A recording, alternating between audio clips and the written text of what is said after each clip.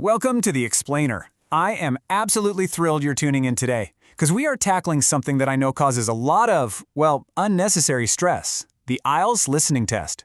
If you're gearing up to prove your English for a visa, getting into university, or maybe landing a new job, you already know how massive this test is. But here's the real secret. It's not just a test of your ears, it's a test of your strategy. So today, we are going to completely demystify this whole exam. We're going to break down the exact mechanics, the specific question types, and, yeah, the hidden traps, so you can walk right into that test center with absolute mastery and confidence. Let's get right into it.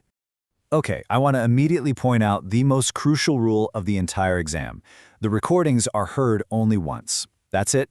There's no rewind button. There's no, hey, can you repeat that, please? Second chance. It just doesn't happen. This really raises the stakes, which means your focus and your understanding of the format need to be razor sharp before that audio even starts playing. But hey, don't sweat it, because that is exactly what we're preparing for right now. Okay, let's dive into this roadmap. First, the listening test basics. Second, the 4 audio recordings. Third, question types, choice and matching. Fourth, question types, filling gaps. And finally, number 5, scoring and crucial penalties. All right, moving into Section 1, the listening test basics, where we'll look at the rigid boundaries of the test first. 30. Now this is the magic number for your stamina. The core listening portion of the IELTS test is exactly 30 minutes long.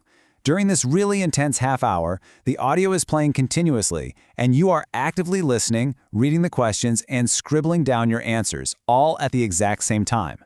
It's a real test of managing your cognitive load under pressure. But here is where you finally get a chance to breathe. 10.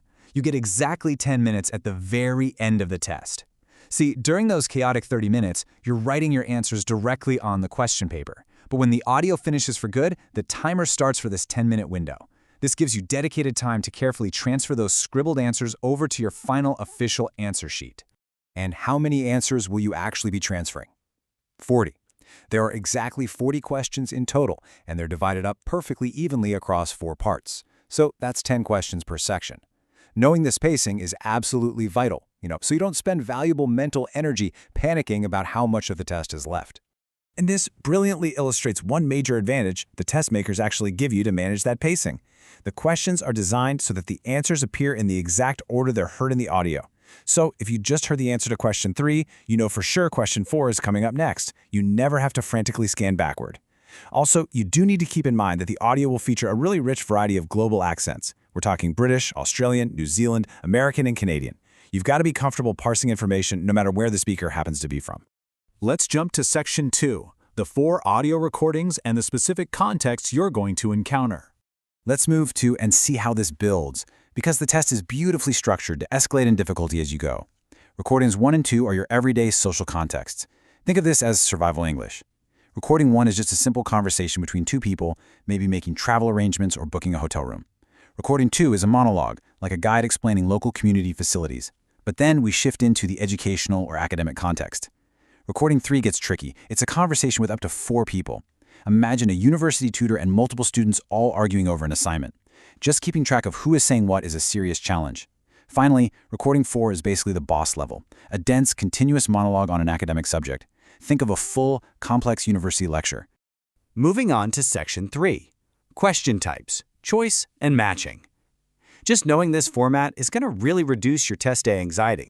You almost certainly see multiple choice and matching tasks. For multiple choice, you're usually picking one correct letter, A, B, or C. But pay incredibly close attention here. Sometimes they give you a much longer list and ask you to choose more than one answer. So always check how many answers are required. Matching tasks, on the other hand, require you to connect a list of items you hear to a set of options on your paper. This is testing your ability to actually follow a conversation and recognize the relationships between different facts.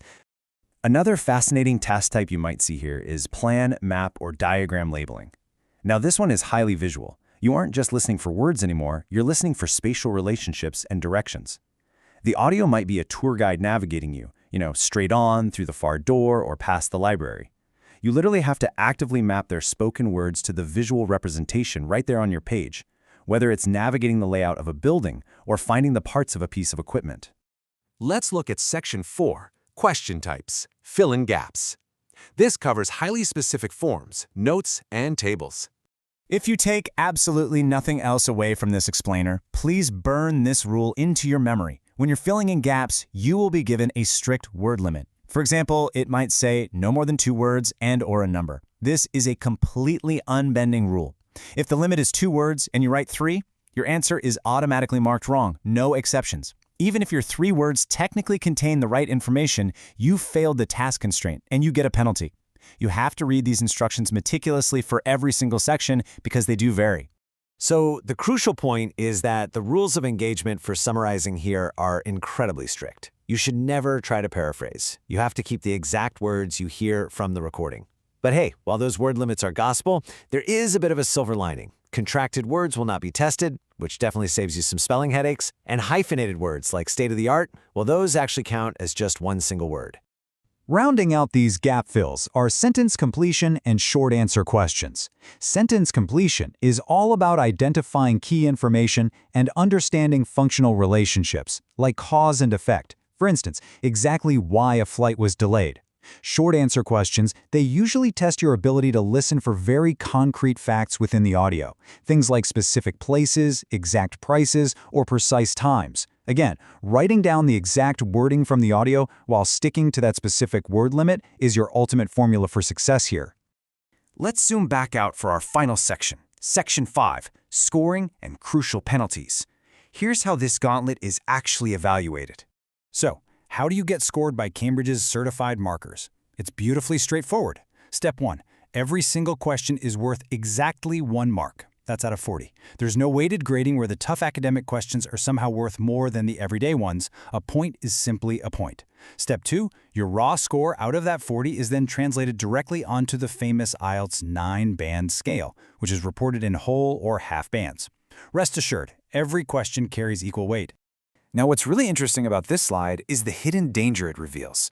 Remember those 10 minutes of transfer time we talked about earlier? Well, that is where dreams can be dashed. You could have heard the correct answer perfectly, written it down perfectly in your booklet, but if you transfer to the official answer sheet with poor spelling or bad grammar, you are penalized. It is marked wrong. Your spelling has to be spot on during that transfer time, otherwise, all those excellent listening skills just won't matter on the final score sheet. So, after breaking down all these structures, the rules, and the task types, I have to ask, are you ready to hit your target band score? Because frankly, knowing the rules of the game is more than half the battle, and you now have a totally comprehensive view of exactly what the IELTS listening test expects from you.